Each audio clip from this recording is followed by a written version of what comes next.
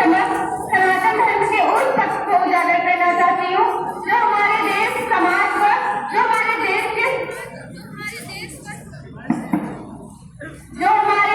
व समाज के विकास में बाधक है, जो धारण करने योग्य है, वह मानवता के विकास में बाधक न हो। धर्म वह है जो सौहार्द भाईचारा पैदा करे। धर्म वह नहीं है जो देश में समाज में विभेद पैदा करे। परंतु आज का सनातन धर्म एक दूसरे में असमानता, ऊंच नीच का भाव पैदा करता है।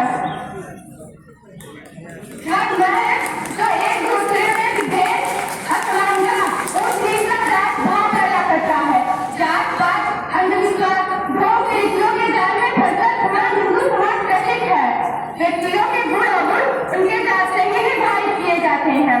इस जात प्रथा ने कई बार देश को गुलाम बनाया। सिकंदर ने जब भारत पर आक्रमण किया तो उसके साथ आए हुआ मेघल सलील ने लिखा है कि क्षत्रिय देश की रक्षा में अपना सर घटा रहे। ब्राह्मण सेना के पीछे काफी दूर रहकर वेद पाठ कर रहे थे, जय हो कह रहे थे तथा किसान उस दूरी पे हल चला रहे थे। उनसे जैसे कोई मतलब ही नहीं था। महाभारत में धृतराष्ट्र, पांडु तथा विदुर तीनों महाराज व्यास पुत्र के पुत्र थे, जिससे विदुर दासी पुत्र थे। परंतु पीड़िया रोग से ग्रसित पांडु तथा अंधे धृतराष्ट्र को राजा बनाया गया, परंतु सब प्रकार से योग्य विदुर को राजा नहीं बनाया गया। यह जात प्रथा किसी भी प्रकार हिंदुओं में समानता नहीं पैदा कर सकती।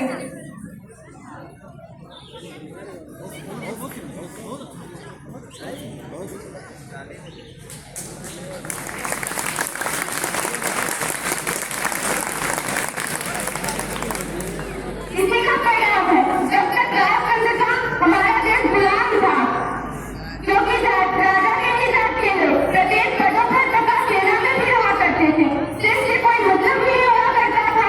आजादी की लड़ाई में महात्मा गांधी जी के नेतृत्व में जब सारा देश खड़ा हो गया तो वो अंग्रेज जिसके राज में छूट नहीं डूबता था, उसे भारत छोड़कर भागना पड़ा। जात का भयावह चित्र आप सबके सामने प्रस्तुत करना चाहती हूँ।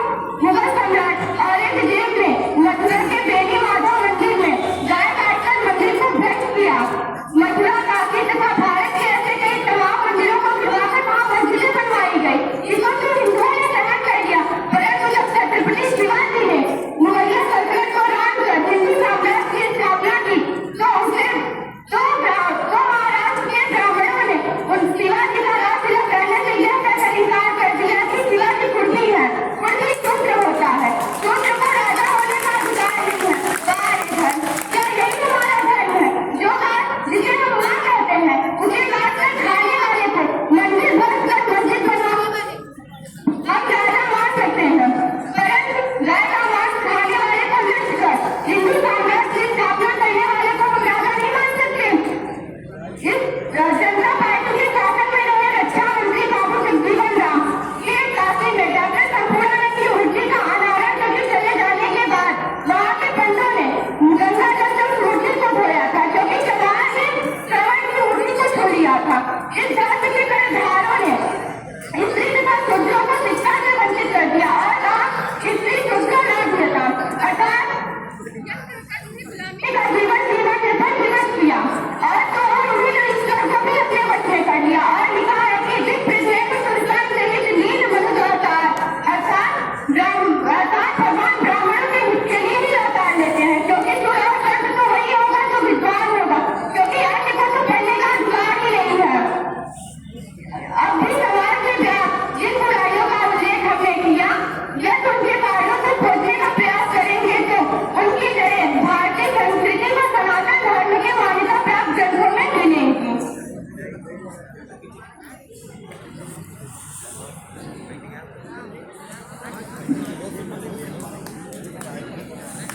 जिनके